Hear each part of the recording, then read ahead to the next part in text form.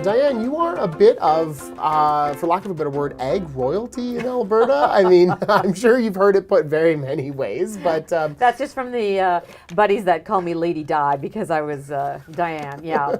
I was blessed to have as many years in day-to-day ag coverage as I did, working both for RDTV or CKRD TV. It went through a lot of name changes over the years, as well as CKGY Radio. And so then I was in the day-to-day fray of news and information. And primarily, I guess I always thought of it as our audience being farmers. This was a way for farmers to keep up to date with what was going on in their industry.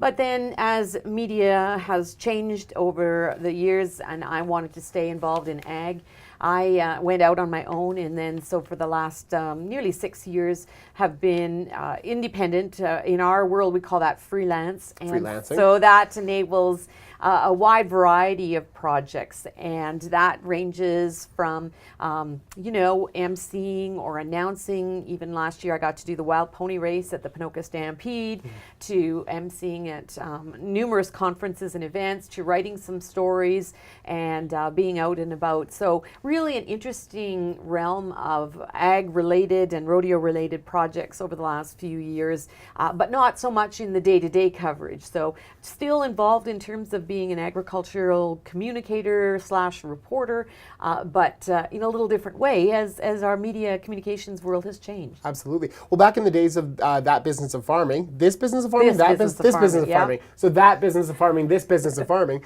you were really well known for having your finger on the pulse of Alberta agriculture, and I mean Western Canadian agriculture. Do you find that you still have your finger on the pulse of what's going on?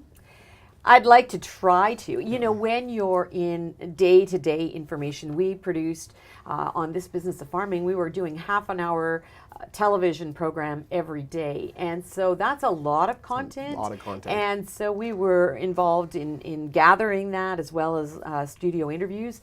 So I can't say that I'm that plugged in as much anymore, but I do really try and stay up to date. And because of the events that I'm involved in, maybe it's a little more specialized in certain events or certain sectors, but I really try and keep up to date in a wide variety. So I think it's important, as anyone finds nowadays, I think it's hard to keep up with everything because there is so much information out there and it's at our fingertips, and it's sorting through what sources are ones to trust and how best to keep up. I think that's a dilemma for anyone, but yeah, I really try and still keep up with what's going on and keep connected to agriculture, because you just don't ever want to leave that field once you get in it. Oh, absolutely. And I mean, as a millennial guy, an ag communicator, it's easy to think that that we're reinventing the wheel at this point talking ag, but it's funny, right? Because I've been watching you talk ag on television since I was, knee-high to a grasshopper. Thanks, And, yeah.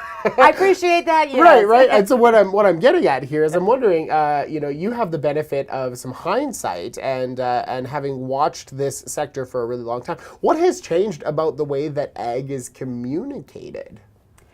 Well, it was always even a bit of a dilemma when I was involved in broadcasting, because how do you speak two languages? So you have to narrow your focus, and I was fortunate because we had ag sponsorship and ag devoted programming, that I could make a bit of an assumption of some ag knowledge to most of my audience. And I was speaking and keeping farmers informed on news that pertained to them.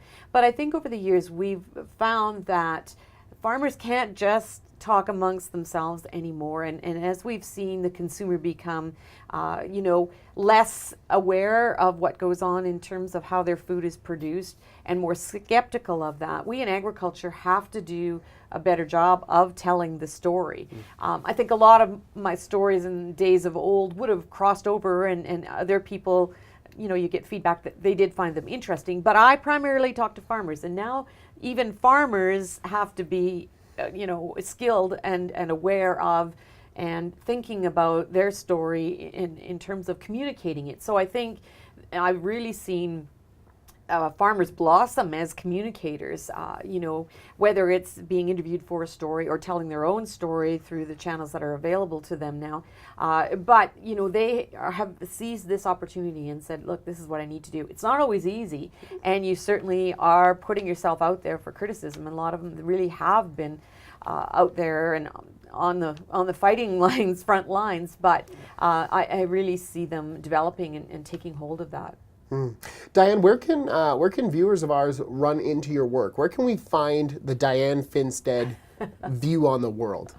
You know, I still see myself as a reporter, and so I guess that's been a bit of a shift too. I see myself as being privileged to share some of the information, so I tend to stay away from the opinion aspect of it. Yeah, the op-ed thing isn't your No, that part. isn't my. I'd rather share information and help Right. others in terms of sharing their stories. But you know, I still get the chance to write some stories on features on farmers for magazines like Farm Forum. Occasionally I write for Alberta Farmer Express, Canadian Cowboy Country, some of those kinds of things. But it's on a story by story basis, and more likely you're going to run into me at an event. Probably that's where I spend the majority of my time. Yeah, I mean, those events are always a great place for farmers to get more information, and I mean, it's nice to hear it all collated, because it's easy to forget how much is going on and how many different facets of agriculture there are, and you know, they've all got their own thing going on. I loved this. Viewers, I'm not sure how you felt about this, but I loved hearing from Dianne. I thought it was great to get like a newsy kind of update as content that we don't always have on No Ideas Media. If you like what you saw, give us a comment, let us know, and who knows, maybe we'll have you back again. Sounds good. Wonderful. Thanks a lot, Dianne. Thank you, Nick.